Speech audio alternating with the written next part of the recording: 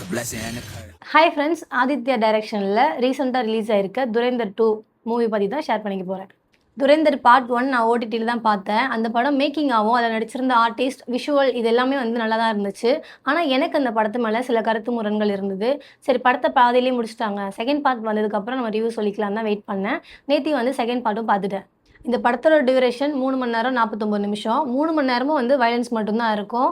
அது எப்படின்னு தெரில, சவுத்துலேருந்து முக்கியமாக தமிழ்நாட்டிலேருந்து ஒரு படம் போச்சுன்னா அதில் வயலன்ஸ் இருக்குது அது இருக்குன்னு சொல்லி படத்தை கட் பண்ணி 2 மணி நேரம் படத்தை கட் பண்ணி 1 மணி நேரமாக அனுப்பி விட்டுருவாங்க. பத்தாவதுக்கு ஏ சர்டிஃபிகேட்டும் கொடுத்துருவாங்க. ஆனால் துரேந்தர் படத்தில் மட்டும் வயலன்ஸ்லாம் கட் பண்ணாமே ஏ சர்டிஃபிகேட் கொடுத்துருக்காங்க. அது எப்படி பாசிபிள்னு எனக்கும் தெரில. பார்ட் 2ல் எனக்கு மிகப்பெரிய சர்ப்ரைஸு, இதில் கெஸ்ட் ரோல் ஒருத்தர் பண்ணியிருக்காரு. ரன்வீர் சிங்கோட மாஸ் சீனுக்கு வர சவுண்டை விட இவர் டிவியில் வரும்போதும் இவரோட வாய்ஸ்க்கும் வர அப்ளாஸும் சவுண்டு தான் ரொம்ப அதிகமாக இருந்தது.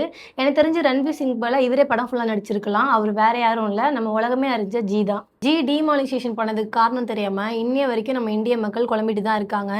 அது ஏன்ட்டு இந்த படத்தோட டைரக்டர் ரொம்ப அக்கறையோடையும் பொறுப்போடையும் வந்து ஒரு சீன் வச்சிருக்காரு. அதை பார்க்கும்போது ரொம்ப ஃபன்னியாக தான் இருந்தது. எனக்கு முழங்காலுக்கும் மொட்டை தலைக்கும் முடிச்சு போகிற மாதிரி இருந்தது அந்த லாஜிக்.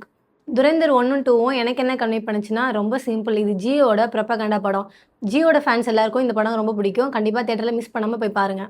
எனக்கும் உலகம் ஃபுல்லாக தீவிரவாதம் இருக்கிறதுல எந்த விருப்பமும் கிடையாது. அது அழிக்கப்பட வேண்டிய ஒன்று தான். உலக மக்கள் எல்லாரும் மனிதநேயத்துடனும் அமைதியாக வாழணும் தான் என்னோட ஆசை.